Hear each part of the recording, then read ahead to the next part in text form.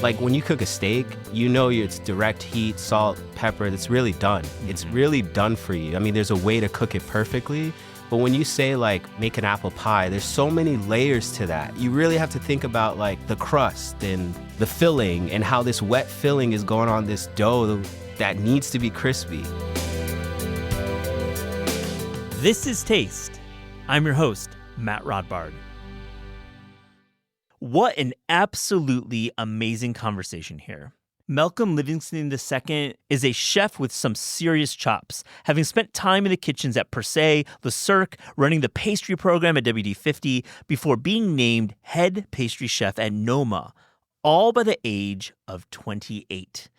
On this episode, we hear about Malcolm's time working at some of the world's top restaurants and why he decided to enter the plant-based ice cream game. We also find out about how his life story is the inspiration for the character Marcus, played superbly by Lionel Boyce on the TV series The Bear. If you didn't already know about Malcolm's incredible career and deep creativity, you must check this out. I hope you enjoy it.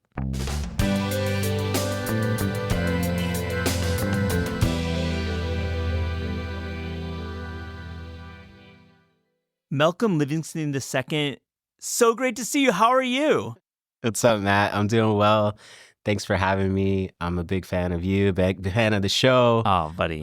So really happy to be here. I feel like I ran into you last in person at like Brooklyn Steel. You were doing an event.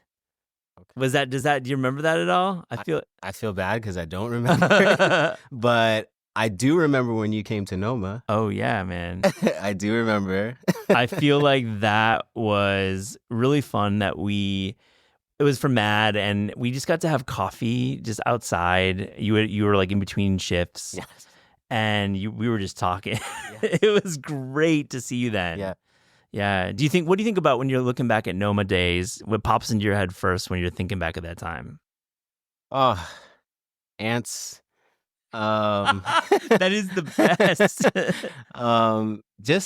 Lots of energy, 26, 27 different nationalities when I was working there. Just full on creative high-speed train. Yeah. One of the toughest and best times of my life. I love that you can split the difference. You can say toughest and the best. And I'm sure both of those are ingrained in your memory. And we'll get to that. I think the Noma, I love that you brought that up because that's part of your career, but you've got so much other elements in your career. But first, I want to get a sense of where you've been dining out in LA. You live there. And I'm always just curious, what's good right now in LA? Truthfully, I cook at home a lot with my family. And then we probably hit the hot bar at Ear One, 1 to 2 times a week. Nice. For sure. And then my daughter, Ellie, she actually refuses to eat any other bagel than Courage. Oh. It's like we have to go to Courage to get Lucy's, and we have to get her favorite simply delicious salmon bagel, lemon zest. Very simple. She loves it. And I think like when we do go out, we have our favorites. Like we hit up Anna Jack Thai, Horses. We went there plenty of times. We go to Felix. Like cool spots. And then sadly, we loved going to Angler. Yeah. But they closed. I know. And Angler was incredible. There's a new project though from that crew, right? I think so. Coming down the pipeline. They're always doing something cool. Always doing stuff. And like, okay, what's your Arowana choice? What's your location? Location. Yeah. Okay, it's a choice. It is a choice, right, because they're not created equal. Oh. Well, I mean, I'm scarred by the Beverly Hills location. I can't step back there. Okay, I'm gonna tell you right now, this is the flex. You got to go to the one that has the pizza oven because those are different cooks. Oh, that's just something. What street is that one on? So I would say like the Wilshire one is very good. And then the one in Aurora Hill, I probably pronounce. I live in LA and I don't even know how to pronounce it. No, you got it. It's that's like Calabasas, one of the original. That's like the Calabasas one. That's the original one. That one is like always like spot on. And then I would say sometimes actually Silver Lake. That one is popping. Like it's usually like they're always like food's coming out like fresh every time. Like you see the steam, like vapor hitting the light. It's like, oh, It's fresh. I haven't. the salmon looks good. It looks good. I haven't. Looks good dabbled. on the cedar board. I haven't dabbled in Silver Lake. I'm more of a Gelson's guy over there. I gotta. Okay. No, I love that. Like I Gelson's love roasted chicken is fire. definitely some spots there. I love their citrus in January if you can catch Gelson's in a good day. All right, but I mean, other comment is your daughter is amazing. Courage bagels as a choice. I love the palate is good right now. Yo, I mean, her first piece of bread was the Noma sourdough. So she's like epic, like just epic. Epic. And so I have to ask, do you have like a little skip the line pass at Courage? I don't, I love it. I just get online as part of the experience. Sure. And I'm down with it. Like we go very early in the morning, we do the thing, we sit outside. Yeah, it's fun. It's part of it. It's part of it. You guys get to have a little catch up. Yeah. I love that. I mean, I'm not against waiting in line when you know the product is good. Nah, that's what you come for. So I want to ask you, for those who don't know we're going to get into your career in this conversation. It's an amazing career, and you've worked at some really cool spots, and your style is really, like, I would say, unique, and your backgrounds are leading to this company that we're going to talk about at the end, August, which is going to release one of the cooler products of the year. But first, I want to get the history of you linking with Chris Storer and the team at the Bear. I mean, the character Marcus, played brilliantly by Lionel Boyce, is inspired by your career, your life. I mean, it's been said on interviews, and we've had plenty of characters. We've had Lionel on the show, and really, you had a walk-on role in the season 3 finale, so you were on camera as well. But how do you feel about having elements of your life portrayed by such a brilliant actor? Ooh, good question. In reference to Chris, we were linked on socials first, but we hadn't like formally connected until the Bear. And to be honest, I thought it was really funny, like to see like elements of me. I was just like, man, that's totally me, like in the corner in the nook somewhere, super hype over the creations, like just quietly like, yes, I made this, that's so me. And, all I could really say is like, I'm just incredibly humbled and just grateful that I'm an inspiration for the character. Yeah. So there's got to be, I have some questions about that because, the character Marcus is, he's loving cookbooks, and he's, Richard Hart's book is there, and he's got some Noma books, and he also has this really cool style with plating. And I feel that's you as well. And like, just looking at some of your work on I was just peeking out last night, I just did a Google image search. I'm looking at some stuff and I'm like, wow. Like, I mean, do you talk to Chris before they start writing the episodes? How does that work? Not really. I mean, Chris, I can't really speak for Chris and his creativity, and how he goes about it. But, I think like for me, my experience, like working with Lionel was like incredible, like being able to kind of like be a mirror, to the character. So like that for me was like wild to see it in real life, like it's weird to say in real life because it's life, but you know what I mean? No, like, we get and like, so you and Lionel spent some time together in preparation for the role. And did you guys spend time in the kitchen at all? We spent some time in the kitchen. Yeah, it was pretty cool. So cool. Yeah. The Bear is going to have its final season. I'm sure Marcus is going to have an interesting, end and trajectory. Maybe it'll mirror yours or maybe it won't. But I want to go back to your career, and I want to talk about going back all the way to working at Ringo in New York. Tell me about, and that's Marcus Samuelson's Ringo. That's when he was there. And Ringo means apple in Japanese, a very influential restaurant in fine dining in New York. And how did you come to this restaurant? What were you doing? Yeah, so Ringo was this is so interesting. It's a Japanese Scandinavian restaurant, and ironically, I end up in Scandinavia, but not at that time knowing that that's where I would be. It's kind of funny, like how the universe puts you where you need to be. But yeah, I did my externship which I still don't understand why they call it that. Yeah. It's your exiting It does role. not It make doesn't sense. make sense, but yeah, I did my externship at Ringo, and it was a really interesting place because it was literally like on the side lobby. Well, the lobby of the Alex Hotel in Midtown was right next to the restaurant. So I actually got to work at both the restaurant and the hotel, which is two entirely different work streams.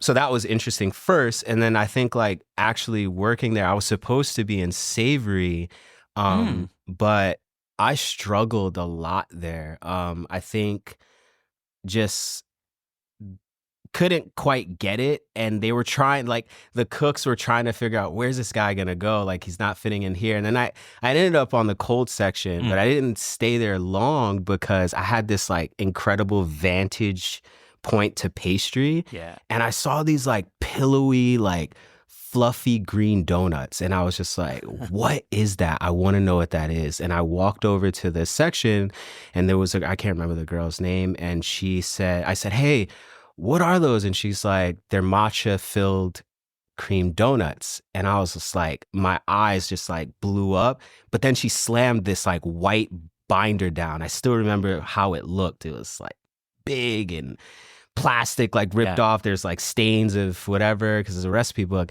And she's like, start scaling. And I literally just got thrown into this section. And that day I was like, whoa, I'm in pastry now. And Johan Svensson, he was the chef at the time at Ringo. And he's like, hey, what's he doing over there? He's supposed to be in savory. And she's like, the chef just quit. I need help. Like, I need hands. It happened that way. I ended up working in pastry, and then I actually ended up running the section, and she left. And, with the guidance of Johan, I was doing my thing. Like, it was wild. I even took a bold leap, and I actually... I put some spun sugar decor on a creme caramel without telling him. And I remember he was just like, hey, man, our desserts aren't good enough, huh? Like, and I was like, oh, and you know what? I don't know what maybe make that design tweak, but I just felt like it needed something. But here's the kick. He didn't say good or bad. Yeah. He didn't say stop. But I ended up like just making more work for myself. Like that was a super easy dessert. And then I just had lesson learned. Yeah, You just like fancied it up a bit, and like, production became it was harder. I was going down on sugar. So you're in Ringo, and you end up running the section. Yeah, like after like I would say, so I was there for about 3 months for the internship. I would say like by month 2. I was running the section. Like there'd be like other cooks to come on and help out, but everything was entirely me. I did restaurant week myself. Like that was a time. Like that was wild. Well, let me ask you, Malcolm, what clicked with pastry that maybe wasn't? I mean, it was probably a fit thing with savory, but something clearly clicked with you in pastry. I mean, pastry. There's so much mechanics. There's also this like identity of like creation that's born from the ingredients. I'm not saying savory doesn't have that, but I think like the way you think about, like for example, very quick, like when you cook a steak, it's direct heat, salt, pepper. That's really done. It's really done for you. I mean, there's a way to cook it perfectly, but when you say like make an apple pie, there's so many layers to that. You really have to think about like the crust and the filling and how this wet filling is going on this dough that needs to be crispy. And the depth of the pan. And like the size. The temperature. Yeah, and temperature. There's so much that goes into it. So I think the way my brain works, I love that like curious like aspect of like building and like architecture and like how to get to the finished product. Backing up a little bit, before culinary school, what's food like in your house growing up? Are you going to restaurants? Are you cooking at home? Is food an important part of your life growing up? Absolutely. Awesome. Food was a huge part of my life growing up. My mom did a lot of cooking. My mom's from Barbados, and my dad's family's from the South. And my mom, no matter how late she worked, I mean, it was probably not good because I was going to bed late, getting like a really good meal at 9 p.m. But, she just always felt that like my kids need to have a really good home cooked meal. And that's kind of like what forged the strength in our family. Like, even though, dad's working late, mom's working late, somebody's got to pick you up. It's like, no, we're coming together as a family to eat this food.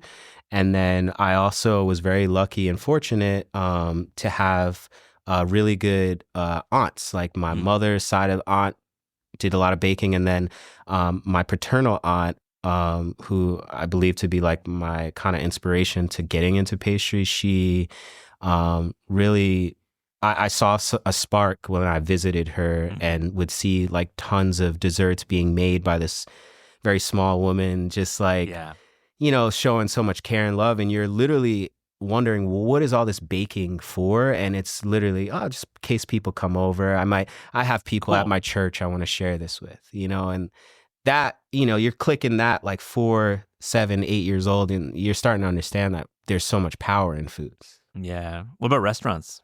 Because like restaurant is part of your resume. I mean, you're a restaurant chef. Yeah. You must have had restaurants in your life growing up in some way. Yo, honestly, like the restaurants we went to were like, big red sauce, like Carmine's. Like I could remember going to Carmine's as a kid. Yeah. I don't know if it was Times Square. We went to a different location, but we went to City Island. Yeah. But the restaurants that we went to were just really big family style restaurants. It wasn't really about, the allure or the story behind the dish. It was like the communion. Yeah.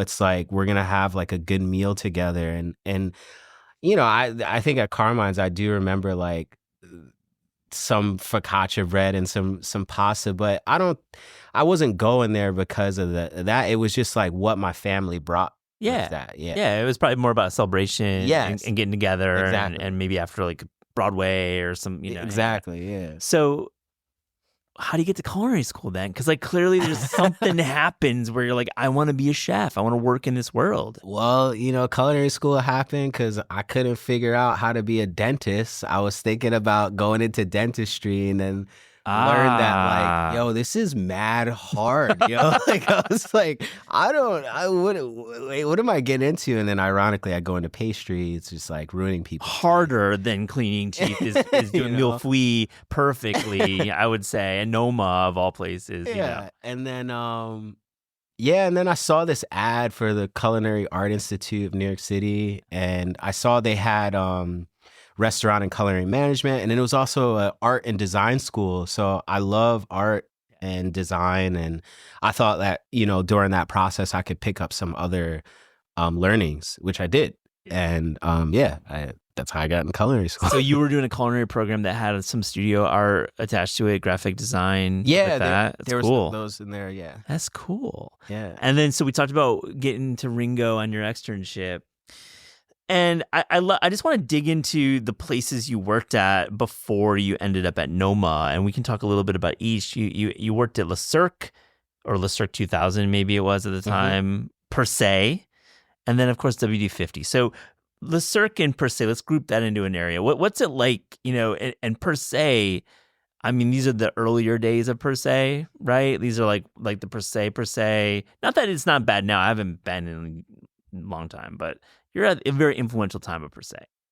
I would say with Le Cirque, that was Craigslist. That was just by the fate of God that I got that resume. That I got that interview, because it was the reincarnation of Le Cirque. So they were trying to go for it, and I got hired of like 16 cooks or whatever. I was like the youngest cook there, and this chef just took a chance on me and kind of helped me out and build up my courage and kind of knowledge in a restaurant setting versus like school.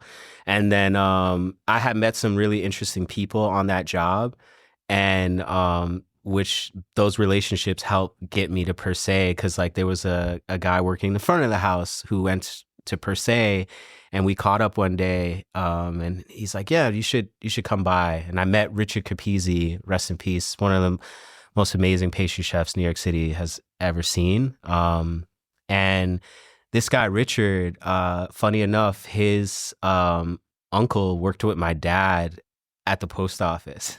Wow. Which is nuts. Small world. Wow. Small world. But anyway, Richard, when I met Richard, he just gave me his number, and he was like, yo, let's keep in contact. And I texted this guy for maybe like a month and a half, and finally he he let me come for a stage, but he just wanted to just check in on me and then see how much I wanted it. Yeah. And then I actually got the stage and I worked there.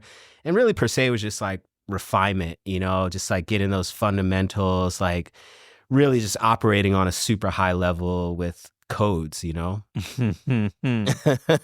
mean, I gotta believe that when you have a place like Per Se that is a destination restaurant, it is a celebratory restaurant.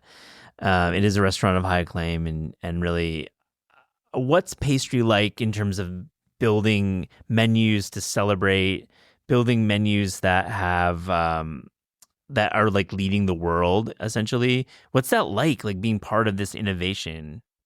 For me, Yeah. I thrive in the creative process, so it's everything.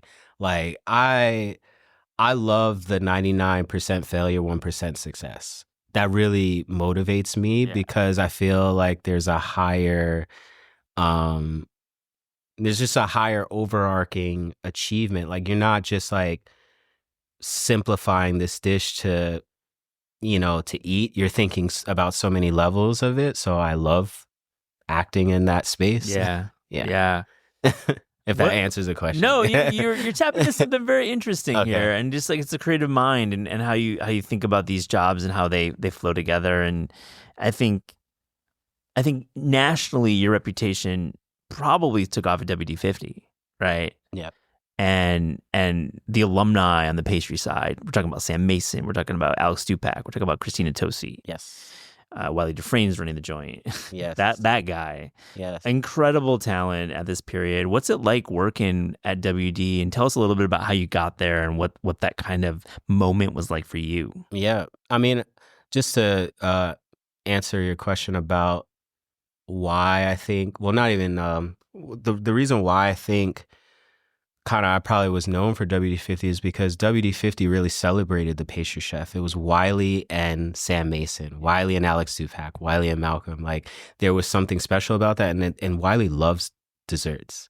I mean, at the WD50 staff meal was so important, and dessert, you literally had to make something incredible. And, honestly, I mean, Christina, like you can hear stories about her about how some of those like innovations for staff meal is what sparked Milk Bar. The time that I had a WD50 was incredible. I mean, I got the position. I met Alex Stupak, Stupacalypse, the Stupacalypse. I met him at an offsite event, and I had already known Rocio. We were friends through other mutual cooks in the dining scene. And Rocio Sanchez, we can't forget about that. I forgot amazing. That, former or future Noma chef as well, pastry chef. So we were already linked, but I hadn't met Alex, and we exchanged numbers, and he was like, "Yo, come through anytime, man." And he's like, "Yeah, Wiley's got this weird rule that you have to do a month-long stage." And I said, "Hey, I'm I have a job already at Per Se." So I just came consecutively every Sunday and Monday to make up like the month. And then month became 2, 3 months. And then when Rocio was finally moving on to travel, Alex asked if I'd like to take over the sous chef position. And I took it over. And then when he was leaving to open up his taqueria empire in Bayonne, I was asked by Wiley and Alex to become the pastry chef. And I was super nervous. I couldn't believe it. I was just like, no way.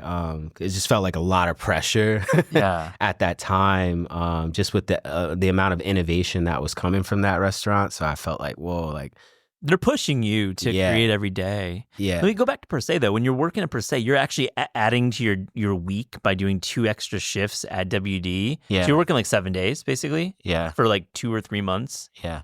I mean, we've seen the TV show. This is how it goes. Well, right? I think, like any artist, like if you want to be good at a craft, like you really need to put in the time. And, I wanted to learn. So you're not going to get it from the internet. Like, especially like the time that I was like looking for answers, like you had eGullet Forum, which was like goated for like codes, like, you know, but and Apicius, like to try to look at what's happening in Europe, but you really needed to be a part of the ether to understand what's next. And I felt like, well, this is the mecca of molecular gastronomy. I need to go here. Like whether I'm going to do this for the rest of my life or not, I need to learn this. And yeah, that's why I did it. Yeah. You ended up working at WD-50. We haven't really talked about your style. So I want to get into like some of the dishes that you're putting on the menu with Wiley at the helm. You're collaborating with him. That's how he always worked his kitchens. And he's been on the show a couple of times, and I love talking to Wiley. Yeah, I saw him last night. Yeah, pizza? I went to Stretch Pizza. It's nice. It's nice. It was very cool. His pizza is really good. I'm a fan of it. Absolutely. Yeah. And he's working all the time. Yes, he's pushing, and it's a really incredible New York slice. Yeah. Especially not having one in a long time, and to actually have, I had 2 slices that aren't on the menu. Yeah. No, I had 1 slice that he's working on that's coming on the menu. I just will say it is spectacular. Oh, really? And I hope it goes on because it's very innovative and super good. I want to go back this winter, fall. I'm going to check it out. So when you're on the line and you're thinking about your menus at WD, and I would imagine, I think I went twice, and the menus were kind of floating around, changing a little bit. There was like some standards, but then there was like innovation. What are you putting on the menu at WD? So my style, I like to think of as controlled anarchy. And what that means is that, you know, it's wild, it's crazy, but it's controlled, it's stabilized. And I think you need to have some stability.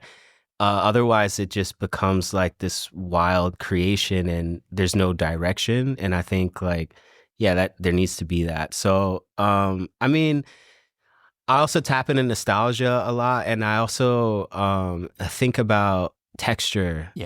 A ton. I think desserts need a lot of texture, and I learned that from Wiley as well.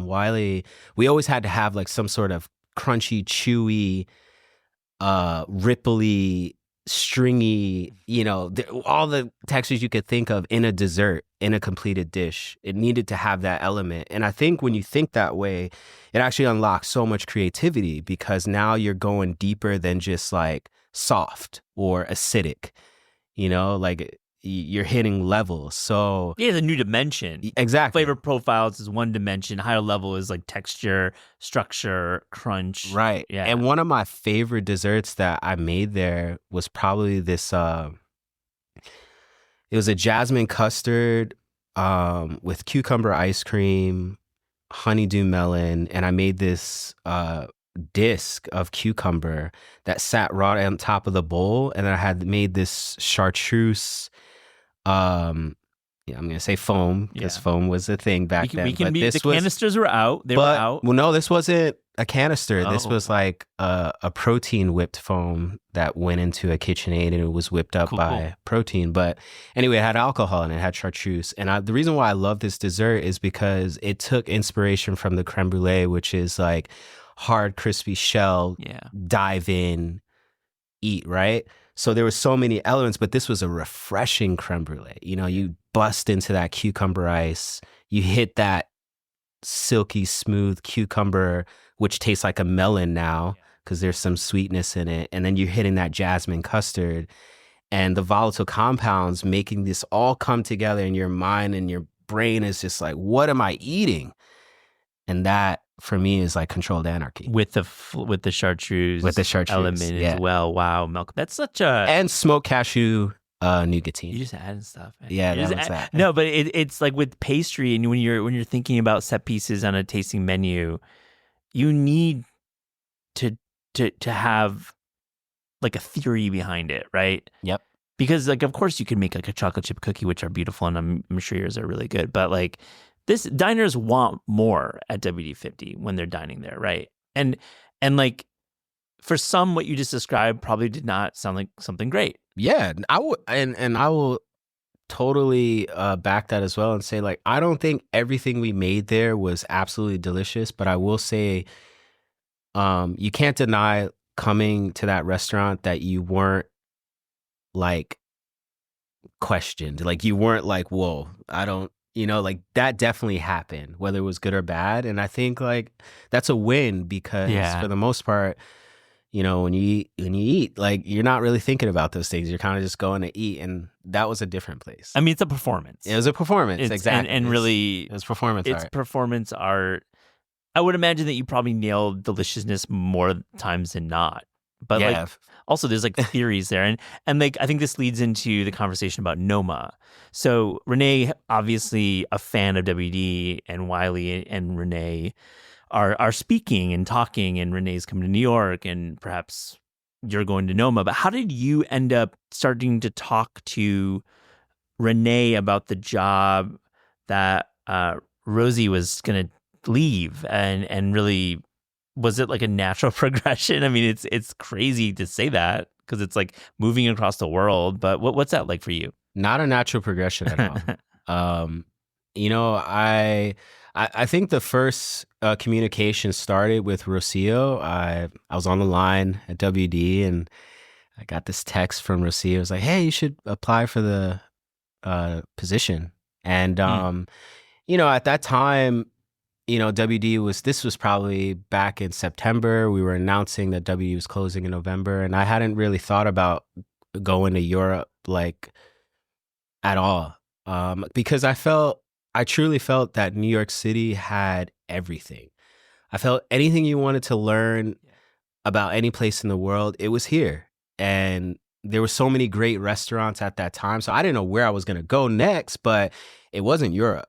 It's also where you're from. Yeah, from here. Yeah, so, but then, I eventually just spoke about it with my wife, Mika. I was just like, yeah, maybe we should do this. And she's like, yeah, you got to do this. Like, do it. Your wife, Mika, said that? Yeah, she was right like, away. You got to do it. That's so cool. That's so special that she would right away. That was the instinct that like, you got to do this. That's really. She was like, yeah, you got to do it. And then, so I started the process of actually talking with Dan Giusti, who was the head chef at the time. Dan Giusti has Brigade now, amazing platform, Chefs in Schools. If you don't know about it, check it out. Yeah, totally. That's my guy. But I spoke to Dan a lot, and Dan was an incredible leader, incredible communicator. I'm just so grateful for him to try to like essentially transition me into that role the best that he could.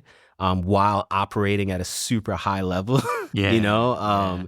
And now it's funny. Now I just think it's like a tech company now of like food. They're just on a different level. I mean, they do like sauna, they have like workouts, like it's just, and that's all because of just, I think Renee, like just evolving and constantly reinventing himself. That's the way to put it, reinventing. Yeah. And and then I think like after that, I started working there, and I think I would say nothing. Yeah, I would say Renee and I,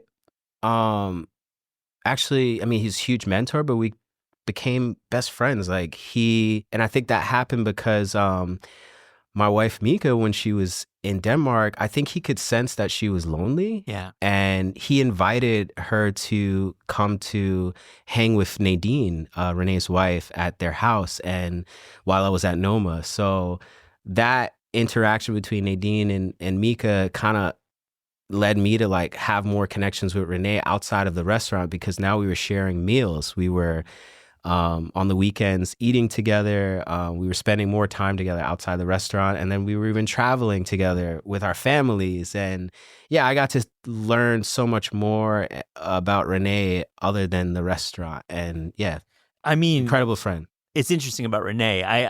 I hear that about him. It's very clear that he has these deep bonds with folks within his organization. He has longtime employees. And I want to, first off, the years that you were there, what was it like working at Noma? And maybe what is something that maybe our listeners might perceive that isn't really the truth about Noma? I would like to get a sense of like what the actual culture is, because like it's been well documented. This is a difficult kitchen. I mean, there's like a lot of personalities. There's a lot of stages from around the world who are traveling and working long hours, and obviously trying to get the experience that you want. So that's the perception of this place. But I want you to maybe give us a little inside look into what it's actually like there.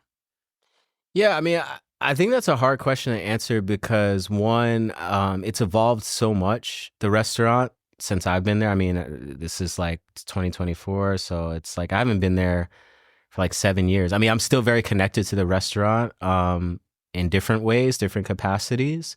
Um, so yeah, I will just only speak from my experience, me being there, and I think, I'll think about it in the sense of like training, like, Yeah. or an athlete. Like, this is a very tough part of your training, but when you get through this, you're going to hit medals, you're going to hit goals. And that's what that was. This was like the best dojo in the world, like we're all suiting up and we're like cracking boards and like we're floating. So, yeah, there's going to be some times in the dojo where sensei is going to yell a little bit, but guess what? Like, you're a champion. That's just what it is. Like, if you want to be at the highest level Yeah. that you want to be, like, think of every incredible person on this planet. Yeah. Like, There's you some sacrifice. you gotta go through the training. You gotta go through it. And it's not, and it's to say like the training, like what does that training entail? Like for me, it was like dedication. You need to wake up. You got to be there 5 a.m. You got to make bread. You got to get your work done. And I struggled. Like, I mean, I'm a dreamer. So I did really well in the test kitchen because I'm a creative. But when it was time to like operate on service level, I was always behind. My time management was just like not spot on. I wasn't up to code. Yeah. And but then there was other areas where I excelled, and that's creativity. And I think people who have that brain where they can do the same things every single day, same time, like I'm envious of that. And I in my own practice, I strive to be better at that. So yeah, in closing, it's like, it's just part of the training and to be great. Tell me, what's it like to fall behind on service on a busy weekend night at Noma? Oh, you never want to fall behind because there's no time. Literally, that restaurant is dedicated to the guest. And, I can remember so many times, 11:15, taking my break, having a quick bite of, the family meal, brunch before we start lunch service. And it's like, oh my God, like we didn't do this yet. And that's a tight push. That's like a really tight because window. Let me tell you something. Those who have not been to Noma and those who have, the minute the guests walk in the door, the entire kitchen staff runs to the front door and greets you. It's nothing like you've ever experienced. I still remember it, that feeling of seeing guests in shock, like all these people are here to see me. And, just imagine like you're behind and you have to go to the guests. So you never want to be behind. But yeah, there were some days we were behind and I'm, have to communicate to the team upstairs, like, hey, production guys, can you help out here? Yeah. But yeah, you don't want to be behind. Malcolm, what's a menu like at Noma for you in your in your days there? And how many years were you there? I think like 3 years. Yeah, 3 years. Wow, like that feels like forever. Feels But like I think, to be honest, if I would have stayed, I'd have been hitting 10 years. Yeah, I mean, I'd have been hitting 10 years you've this year. had more diverse experiences since you've left, and that we'll get into that. But what's a menu like? I love you talking about food and describing some of these dishes. You don't have to go over all the dishes, but what are a couple Malcolm signatures that were on the menu at Noma at the time? I think I made several improvements to like existing dishes, and then I mean, I loved the pop-ups, like Australia, like making the Lamington dessert, which is in Australia, it's a cake that's bound with coconut, and it's like a really soft sponge, and then there's a layer of jam. And and there's like chocolate around it, and I had this Lamington, and I was like, man, like this is really cool, and how can I make this like an elevated dessert, or not even elevated, it's just like, how could I just make this even more delicious? And of course, I'm going to tap into my ice cream brain. And, at that time, we were aerating ice cream a lot. And that actually came from WD-50 because Wiley was aerating foie gras. And, we were using food saver boxes, which were almost Such like innovation. C4 explosives because the companies started making those chambers, those containers with cheaper plastics. And when they went under vacuum, they would explode. So it was kind of scary, like, but we ended up getting some really good boxes, and I made this like milk-based ice cream, and I had this like layers of like, what was that? Oh yeah, it was like a cookie. It was like a shortbread cookie, but it was made from milk, so it was like ultra white. Wow. And all like milk is the that was like the main flavor profile of a shortbread. Of the shortbread, and some so it was like part milk and butter, cornstarch. There was a little bit of AP, lots of milk powder. But what I did was I hit it with some like clarified butter to make it almost like pourable, and then I froze it, and then I took a box grater and grate it into nitrogen so that these like little pellet flakes would almost resemble coconut shreds, and then coated this like aerated ice cream to mimic a Lamington. And it was a delicious dessert. I mean, and the thing about Noma too, like especially when I was there, like it's not bound by one creative. Like, you have so many people, so many think tanks collaborating on a dish. One person might be like, hey man, like why don't we try this, or I made a sauce for this. So it's it's like a hive. Everyone's working in this one creative band to create the finished product. Yeah, and you've seen this restaurant evolve over time from a restaurant to a group that creates products. And it clearly was a very seamless transition because it is a think tank and they're creating really tangible, lasting products. I love the garum. I love the garum. Yes. The vegetable garum. Yeah. It's so cool. The projects are awesome. The projects are awesome. And Noma projects were cool. Like, projects were very cool. The Saturday night projects. I hit those grams, like all those live streams on Instagram. Those were really I used to hit those all the time. I'd love to watch. It was like afternoon here and evening there. It was like it was almost like a tradition in that year when that happened. I mean, I remember like when we visited Noma, like the projects were on like a boat or something. Like there was like some boat. That was before my time. But there was a boat. Yeah, I think I went because I went to Noma for the first time before you were there, and it's just amazing how the space has evolved. They have the new space now. I still want to talk about Noma because it's the kind of place that clearly you're doing all this work in the back, but then there's this point of service. And like when you're working on frozen desserts. So it's not even the back, it's the front. Yeah.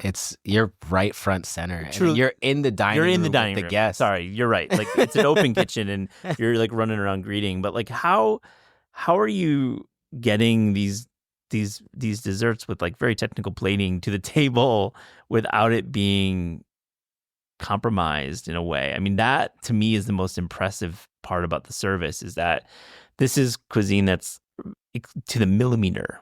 You have to be right. Yeah, there's codes, man. I mean, I won't unlock the secrets, but this hive mentality, like, the work has to get done. And also, I just think, it's the first place that I've ever seen where, the entire kitchen can operate in any section, meaning that the sections rotate. So people are constantly moving from section to section. Wow. So you might have like somebody from the grill section working on pastry, but that's a huge advantage because call-outs don't matter as much. They're thinking about food differently. Yeah. Now we're doing barbecue desserts and having savory cooks on pastry, I think is super good, especially like if they want to do pastry because they're just approaching it with a different mindset. Like that same thing about the steak that I told you. Yeah. It's like, they're pushing a little bit differently. Like, why don't we like brulee the pie? It's like, well, okay, how do we do that? Okay, well, that's the pastry mind.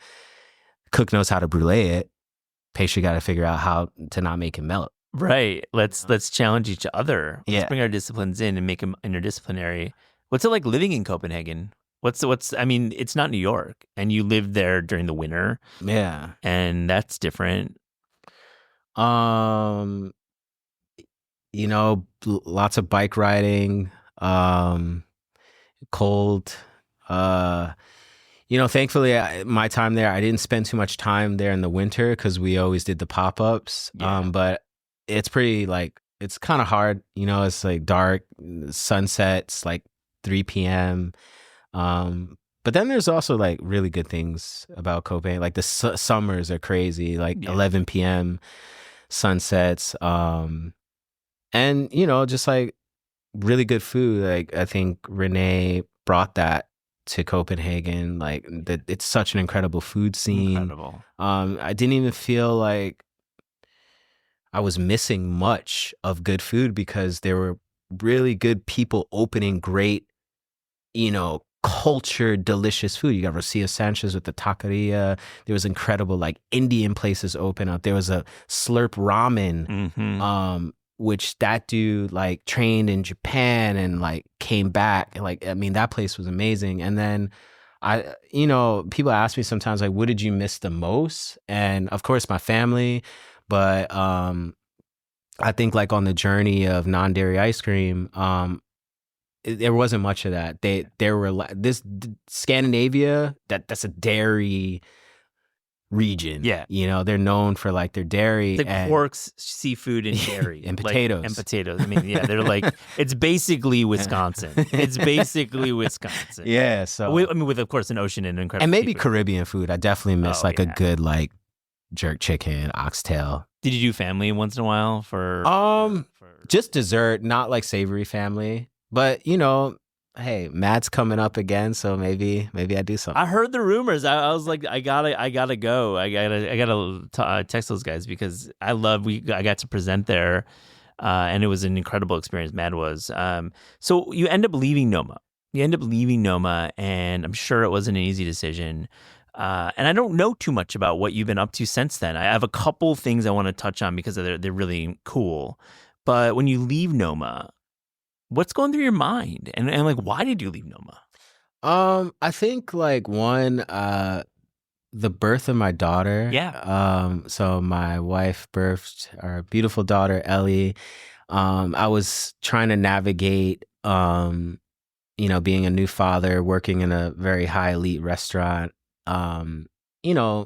in a manager position, but still like pushing, like I'm not like, hey guys, like I got a daughter, I leave. No, I was still going for it, and I think like I just wanted to explore something new. And also I was really, really getting hyper energized about creating baby food. Cool. I was making all my daughter's baby food, for, when I was away, at work and, doing as much as I could to help Mika out. And I realized like baby food was like essentially pastry. You're just making high-end purees and freezing them. Definitely. And I was doing a ton of reading because like our daughter, like I don't know if she was colic or whatever, she cried a lot. And I was doing the chamomile, like, okay, what could I do? And I was making chamomile broths. I was like putting dashi in her carrot puree, just to introduce her to flavor. And I was like, man, there's something cool here. I might want to explore that. And actually, like when I came back to New York, I actually created a baby food with a company called Yumi. Cool. I didn't know that. Wow. Yeah, like, and I think even going backwards, like when I was thinking about what I should do next, like I was thinking about product development. Yeah. And, essentially that making those jars of baby food for my daughter and how to keep them shelf stable. And I mean, because we were also like traveling a lot and I was like, what could she eat? And we were getting into oats a lot. Yeah. So I was just like, oh, this is cool. Like I want to make a product, and hooked up with Yumi. And I made two products. I made a sweet potato cheesecake with beet fudge, so to speak. It was high protein. Yeah. No refined sugars, except for just the natural sweetness in the sweet potato and the beet. And then I made something else. It was a new SKU. It was called the banana bread bite. And those actually did really well. And It was like chickpea and banana based like little nugget, and it tasted like a banana bread, but they were good. Like with coffee, like I was hitting them. It wasn't just for the kids. They were really good. And after that, ended up hooking up with Sweet Green. Yeah, I want to get into that. We're gonna get into that. We'll get into the Sweet Green link because we all know, I think, what you did there. But like when you're getting into CPG, you're getting into a whole new world, and you hint at it in our previous talk where you're saying creativity is what you really thrived, and thinking about solving problems and thinking about being original. So what's it like taking these big ideas and having to do it at scale? And you have several products, and I'm sure you have some NDAs, or you can even talk about some things too. What's it like making that jump from pastry chef, restaurant chef to like CPG? I'm super novice in that area, and there's, I talked to Dan Fromer, and he's such an incredible, the new consumer. Dan's been on the show. Love. Yeah, he's like incredible mind. And so I get a lot of like insight from him, and just kind of like looking around the landscape. I think in order to be great, you need to look at competitors and look at what's in the market and what they've done. So I'm constantly researching, and I think like from going from like restaurant chef to scale, one thing that I've learned is that simplicity is key. Yeah. Refinement is key, and that the restaurant is totally different from the scaled product, because you have to understand supply chain. And the worst thing is like launching a product and changing it, and like having people be like, yo, I remember when they did this, now they don't do this anymore. Yeah. Like there's so much levels to it that I'm learning. Like I haven't even done it that much, and I'm like, wow, there's so much that goes into it. So yeah, I think like for me, like doing the research is super important. Yeah. Like you're not gonna like overnight just like kill it. No, definitely, and it's a good point. Like it's like an aircraft carrier. Like when you start to fiddle with the supply chain, it's slow to change. You can't make those immediate changes, but then when you do, you can't change them back if you made the wrong choice. Yeah. So and then there's like packaging and so much packaging side. Okay, to the Sweet Green section, you have created a product that to me is remarkable. You made a puff rice square, aka the Rice Krispie treat. But you've done it with natural sweeteners, and you've done it in a way I think we all, if we've tried it, and you should try it if you're at SG, like it's like the perfect bite to finish a salad and finish a wrap or finish no, I mean that. And I remember when it was launched, I'm like, I'm like, this is gonna be good. And I just love the way it's like warming, like it's like caramel. It's like you're getting a lot of really nice flavors that I think is lost in the traditional marshmallow-based Rice Krispie treat. Tell us a little bit about how you developed this with the guys at Sweet Green. Yeah, just gonna say thank you again. Super amazing to hear, because so much work went into that. Yeah, I mean, we started the communication in 2020, and it officially launched in 2023. And those guys, Jonathan, Nate, and Nick, I'm so inspired by them. They're incredible, and I know they've been on the show too. Yeah, we've had Nick on. Yeah. But yeah, there were several different prototypes that we made, and we landed on the crispy rice treat. And the crispy rice treat actually felt very good to start with, because if I'm not mistaken, they're actually known for their crispy rice, which is a condiment on the salad. 100%, man. I love it, adding a little crispy rice. So it's nice. Yeah. So that's a supply chain feature, So that was really cool to like tap into supply chain and understand like how they're looking at ingredients across the board. And then also SG's like ethos about clean ingredients, clean sourced, or ingredient like truth, like source of truth, like, like how they keep the ingredients on the board in every restaurant. You can see like where this specific ingredient is coming from, So yeah, there was that part. And then like coming up with the actual treat, it was just like a lot of exploration and like, fats and sweeteners, and how to have this be nutritionally positive. Yeah. How are you thinking about the sweetening agent, the sweetening side of this product, and also how you think about macros? Because like that's like probably a lane that maybe you weren't that familiar with, and it's so important for like a fast casual restaurant to have. It's required by law to put macros on everything. And so tell us a little bit about that development. Well, the macros I got kind of hype on when I was feeding my daughter, because I remember when we would take her to the doctor, like they're like, oh, she's underweight, so she needs more meat or she needs this. And I was like, that's not true. Like you can get protein from plant sources, or she doesn't have to eat like all this food, all this meat in one day to gain her weight. And we were exploring different things, and I was just like, okay, well, I need to do this exploration in macros. But then at Sweetgreen, I think it was a deeper dive because, it was for that bite, like all this needs to be for that one bite.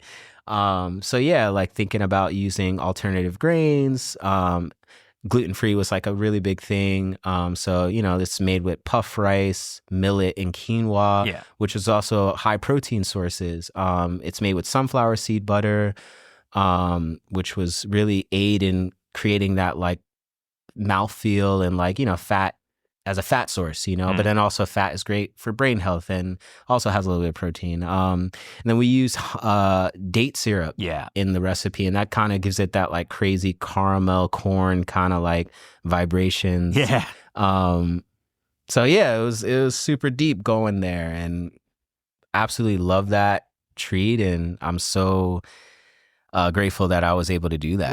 What's the tasting like for the three guys and the team there? I mean, are you just submitting like product after product after product to get it right? Like, how does that work? There's like a significantly style to the way they work as an entire creative, but I think it was so cool to have my daughter involved in it. Like my daughter, Ellie, was tasting all the prototypes, and that was cool to get her palate, because most likely if a child likes it, it's kind of like for the masses, I think. Definitely agree.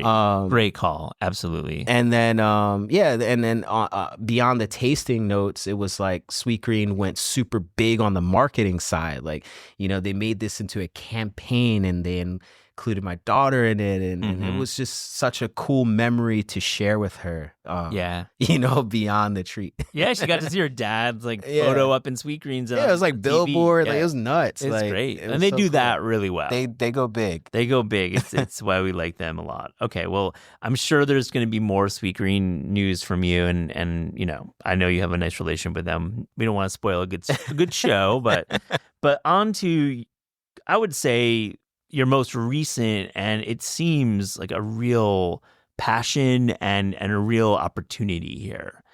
And August is your new dairy-free ice cream company. And I was able to try a few bites yesterday. Clayton and I were, and man, I love dairy-free ice cream. I've said on the show, we've written articles. I think Van Leeuwen does a very good job, both their bars and their pints. And I think Ben & Jerry's does a terrible job, and I'm not a fan. I just had a pint the other day. I actually go about half and half plant-based and dairy, and man, I keep wanting to go back to Ben & Jerry's. I'm sorry, you guys got to step it up. There's a guy here you could hire. Just kidding.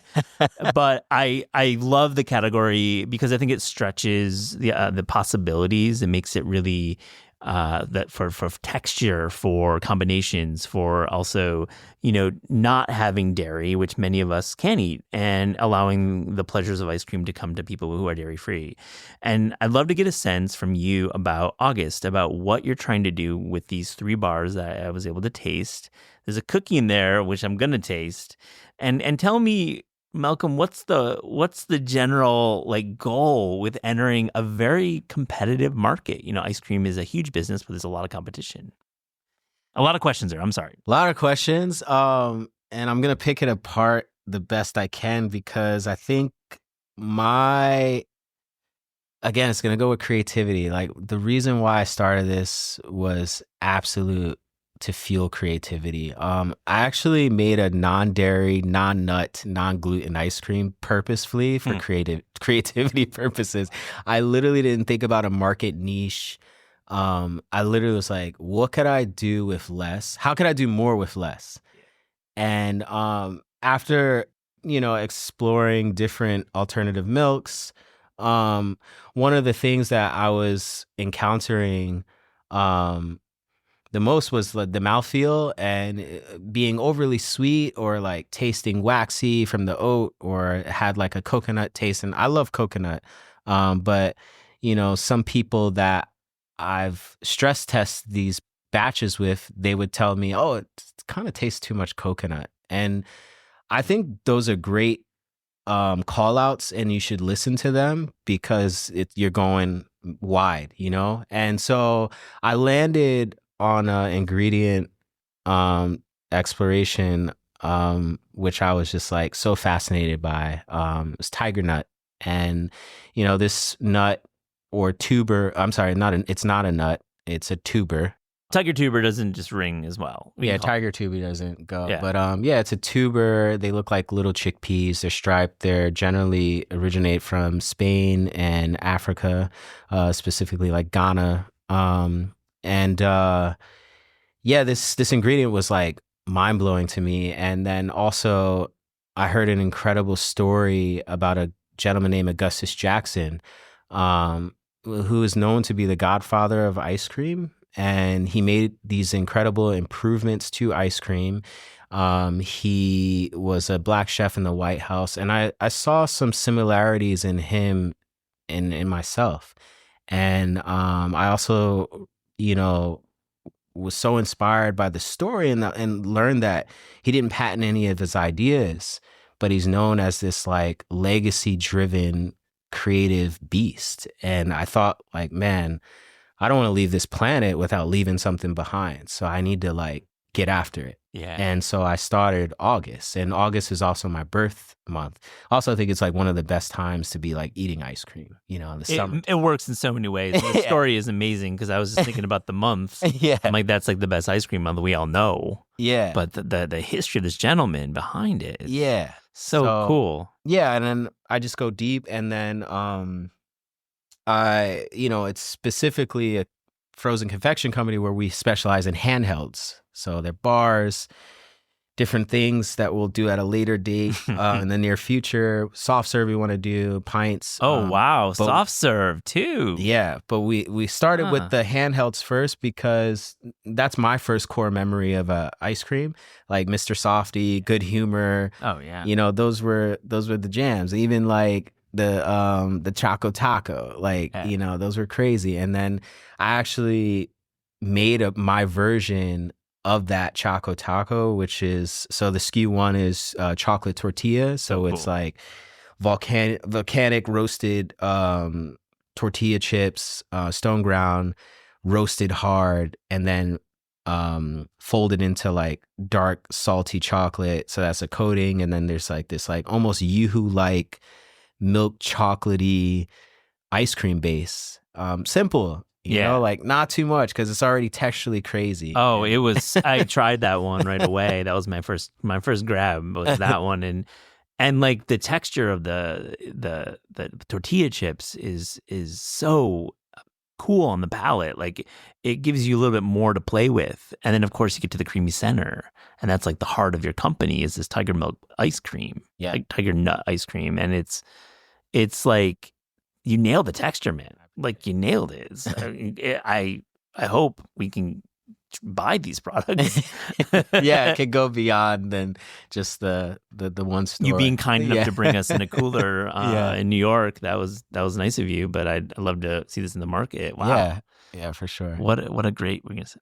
And then next is the cookies and cream, and then vanilla strawberry, and that's using Harry's Berries, which I think is like an incredible strawberry vendor, and they're just amazing farm in Oxnard.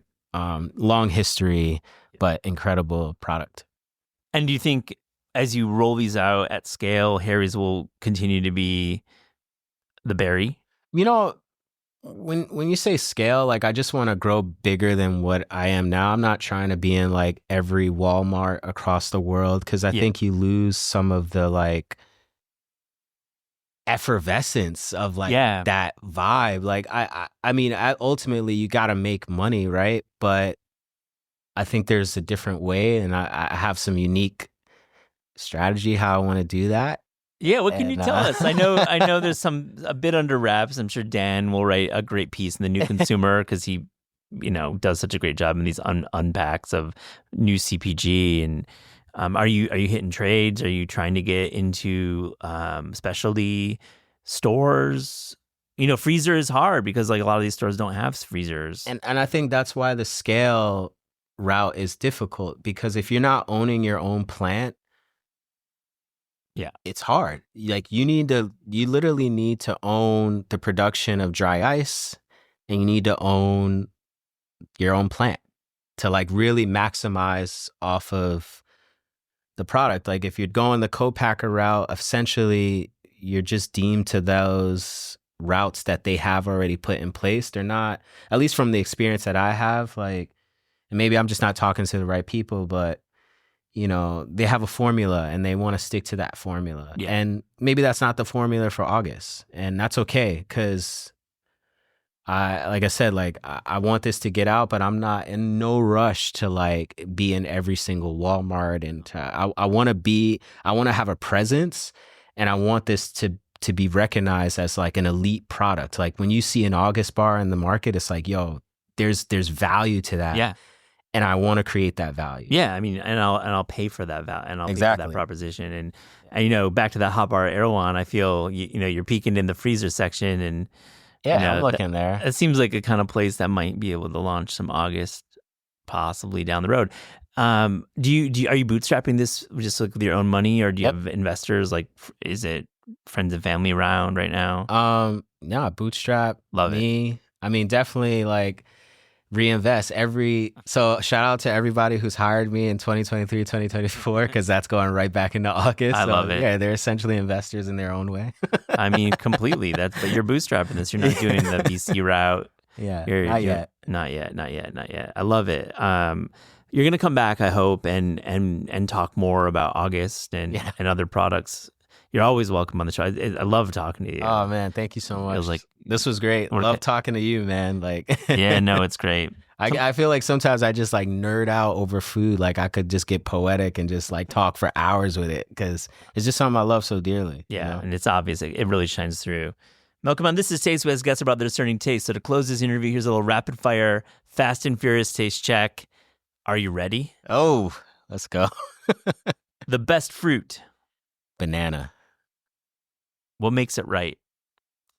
Well, I don't think there's anything that makes it wrong. I love that. It's a great answer. Go on there. I think like because it's multi-use. I think it could be used for savory and dessert. And I think if that was the last thing that I could eat, like if I had to survive, you could actually survive off bananas.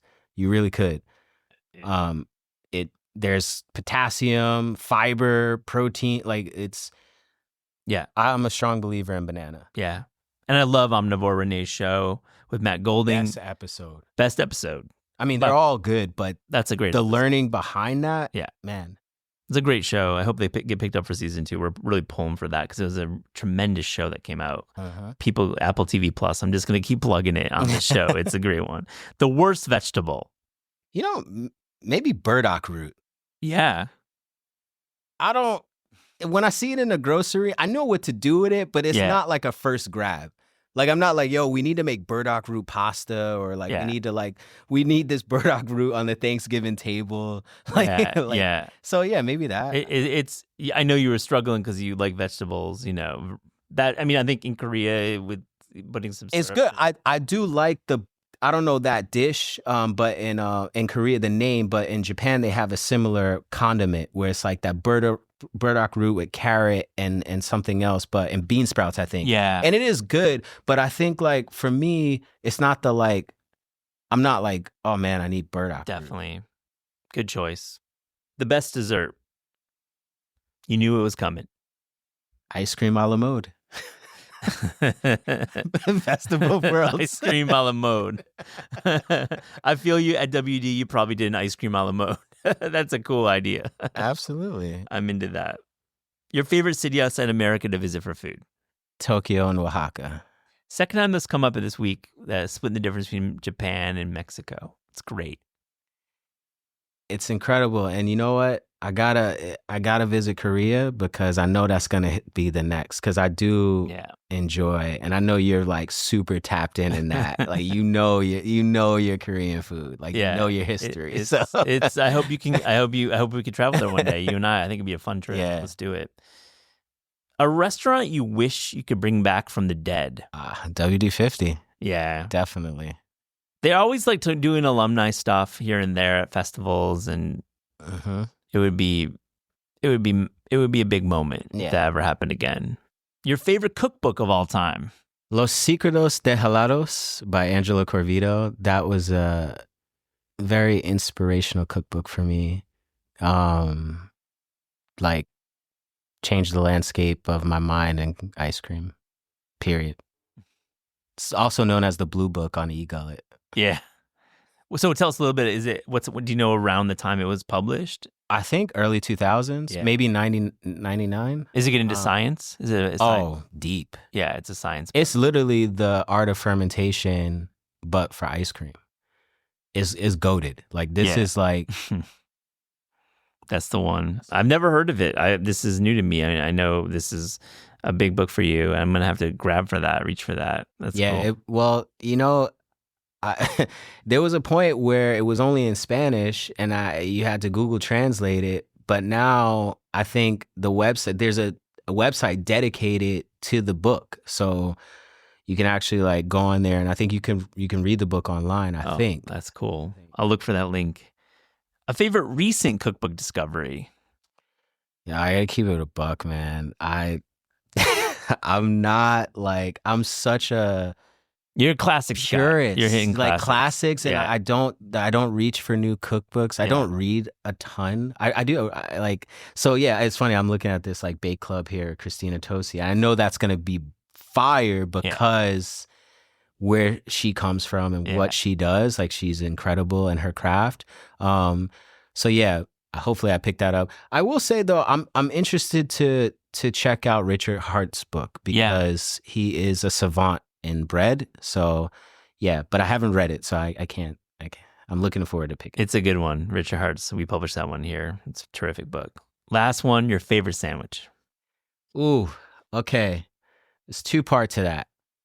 One, it's got to be the Bush at Sonny and Ann's. that place was like so important to me, Lower East Side. Yeah. And then the second one is probably the Reuben at Maciel's Vegan Butcher in Highland Park.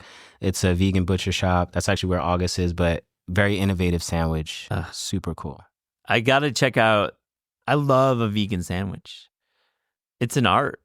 It's a real art to get it right and to like mask some of these classic foods to get that right. And they do all the proteins, the plant proteins themselves. They don't buy existing products on the market. They make like their own pastrami. Yeah. Like the proprietary meat is the best. It's nuts. When it's like very chef driven. Yeah. Malcolm Livingston II, this has been such a pleasure. Thank you so much for joining This Is Taste. Thank you so much, Matt. It was incredible. Thank you.